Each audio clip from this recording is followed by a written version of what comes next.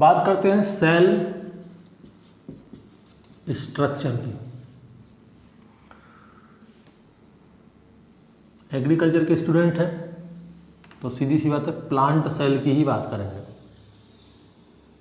ये बनाया मैंने प्लांट सेल। एनिमल सेल और प्लांट सेल में क्या डिफरेंस है ये एक वीडियो में आपको बता दूंगा बिल्कुल डिटेल में क्या अंतर है। अभी सिर्फ इतना देख लो कि सेल स्ट्रक्चर क्या है। ये प्लांट सेल की बात हो रही है। ये क्या है? एक प्लांट सेल। एक सेल के पास कौन कौन सी चीज़ें होनी चाहिए तब उसे हम एक सेल कहेंगे। भाई ये खुद को सेल कब कहेगा? इसके पास कुछ चीज़ें, कुछ क्राइटेरिया तो होने चाहिए खुद को सेल कहने के लिए। ऐसी 3 क्राइटेरिया हैं या कह सकते हैं ऐसे 3 कंपोनेंट हैं। ये 3 कंपोनेंट कौन कौन से हैं? एक तो है ये बाउंड्री, सेल बाउंड्री, ये है फर्स्ट कंपोनेंट।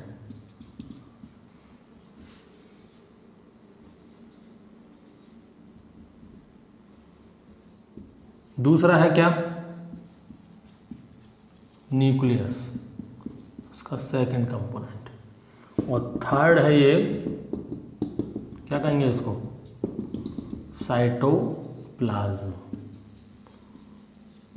ये है इसका थर्ड कंपोनेंट। ये 3 कंपोनेंट, ये 3 पार्ट होने ही चाहिए तभी उसे हम सेल कहेंगे। अगर इन तीनों में से एक भी नहीं हुआ तो वो सेल ही नहीं रहेगा, वो सेल का वजूद ही नहीं रहेगा, वो सेल ही जीवित नहीं रहेगा। देखो ये जो न्यूक्लियस है इसको कहते हैं कंट्रोलर और माइंड। जैसे इंसानों के पास माइंड होता है ना पूरी बॉडी को कंट्रोल करने के लिए, ऐसी सेल के अंदर जितनी भी एक्टिविटी होगी, जितनी भी प्रोसेस होगी, जो भी घटनाएं सेल के अंदर घटेगी वो सबके निर्देश कहाँ से मिलेंगे? न्यूक्लियस से। सब कुछ यही है, सब कुछ ये मालिक है, किंग है इस सेल का। सारे आदेश कहाँ से आएंगे? न्यूक्लियस से। पूरा कंट्रोल किसके पास रहेगा? न्यूक्लियस के पास। अब आदेश तो ये दे देगा, मान लो इसने कोई रिएक्शन के आदेश दिए, कोई ये रिएक्शन होनी है, तो वो रिएक्शन होगी कहाँ पर? वो रिएक्शन होगी साइटोप्लाज्म के अंदर। तो साइटोप्लाज्म भी बहुत ज़रूरी है। भाई ये तो राजा हो गया, उसकी प्रजा कौन हो गई? साइटोप्लाज्म। इसने आदेश दिए कि ये रिएक्शन करके दिखाओ, तो वो रिएक्शन होगी कहाँ? साइटोप्लाज्म में। तो साइटोप्लाज्म भी उतना ही ज़रूरी है। अगर साइटोप्लाज्म नहीं हुआ तो न्यूक्लियस का भी कोई मतलब नहीं। अगर प्रजा नहीं है, सैनिक नहीं है, तो राजा का भी कोई महत्व नहीं है। तो जितना इंपॉर्टेंस न्यूक्लियस का है उतना ही इंपॉर्टेंस साइटोप्लाज्म का है। अगर न्यूक्लियस नहीं हुआ तो साइटोप्लाज्म का कोई मतलब नहीं है, साइटोप्लाज्म नहीं हुआ तो न्यूक्लियस का कोई मतलब नहीं है। तीसरा है, ये भी मोस्ट इंपॉर्टेंट है, सेल बाउंड्री। इन दोनों को एक ही जगह पर रखने के लिए सेल बाउंड्री चाहिए। मान लो सेल बाउंड्री ना हो तो क्या होगा?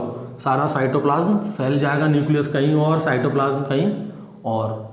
तो न्यूक्लियस जो आदेश देगा, जो कंट्रोल देगा, वो साइटोप्लाज्म के अंदर नहीं हो पाएगा। तो न्यूक्लियस और साइटोप्लाज्म इन दोनों को एक ही पर्टिकुलर जगह पर एक फिक्स एरिया में बांध के कौन रखता है? Cell boundary. तो ये तीनों ही कंपोनेंट बहुत ज़रूरी हैं। इन तीनों कंपोनेंट में से अगर एक कंपोनेंट भी नहीं रहा तो वो सेल भी नहीं रहेगा। तीनों कंपोनेंट बहुत ज़रूरी है।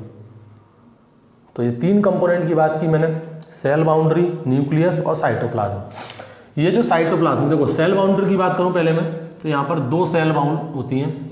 एक होती है सेल वॉल और दूसरी होती है सेल मेम्ब्रेन। इनको बिल्कुल डिटेल में बात करेंगे हम। प्लांट की बात हो रही है जी। अगर मैं एनिमल की बात करूं तो उसमें सेल वॉल नहीं होती, उसके अंदर सिर्फ सेल मेम्ब्रेन होती है। वो अभी की विषय नहीं है, बाद में बात चर्चा करेंगे उसके ऊपर। प्लांट की बात हो रही है फिलहाल। सेल बाउंड्री में हमें क्या पढ़ना है? 2 चीज़ें। एक सेल वॉल पढ़नी है, बिल्कुल डिटेल में पढ़ेंगे हर चीज़। सेल मेम्ब्रेन बिल्कुल डिटेल में जाएंगे, हर एक मॉडल, सारे साइंटिस्ट का कॉन्ट्रीब्यूशन सब कुछ पढ़ेंगे। सेल वॉल, सेल मेम्ब्रेन ये दोनों पढ़नी है सेल बाउंड्री में। पूरा न्यूक्लियस, न्यूक्लियस के अंदर डीएनए, सब कुछ पढ़ेंगे इसमें न्यूक्लियस के अंदर। और तीसरा है साइटोप्लाज्म। साइटोप्लाज्म में 2 पार्ट हैं।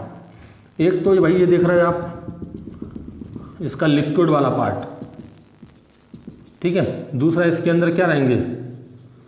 ये ऑर्गेनेल्स, क्लोरोप्लास्ट, माइटोकॉन्ड्रिया, ये राइबोसोम,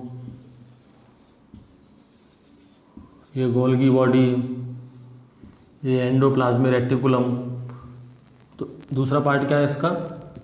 सॉलिड पार्ट। एक है इसका लिक्विड पार्ट और दूसरा क्या है इसका सॉलिड पार्ट। किसमें? साइटोप्लाज्म में। एक तो जो लिक्विड पार्ट हो गया, दूसरा हो गया इसका सॉलिड पार्ट जिसमें अपने सारे सेल ऑर्गेनेल्स आ गए। तो लिक्विड पार्ट जो होता है इसको बोलते हैं हाइलोप्लाज्म।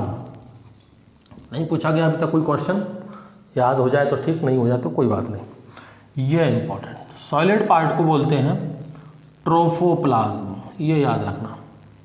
साइटोप्लाज्म का जो सॉलिड पार्ट होता है उसे बोलते हैं क्या? ट्रोफोप्लाज्म।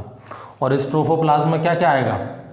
सेल ऑर्गेनेल और बाकी की नॉन लिविंग बॉडीज जैसे कि वैक्यूल्स, ये सब चीज़ें किस में आती हैं? ट्रोफोप्लाज्म। तो ट्रोफोप्लाज्म को डिटेल में स्टडी करना है, इसमें तो कुछ पढ़ने के लिए है ही नहीं, कोई क्वेश्चन भी नहीं पूछा गया। तो बस इतना याद रखो कि जो लिक्विड पार्ट होता है उसको बोलते हैं हाइलोप्लाज्म, सॉलिड पार्ट को क्या बोलते हैं? ट्रोफोप्लाज्म, जिसमें अपन को पढ़ना है सारे सेल ऑर्गेनेल्स और वैक्यूल। ये साइटोप्लाज्म के अंदर बात करनी है।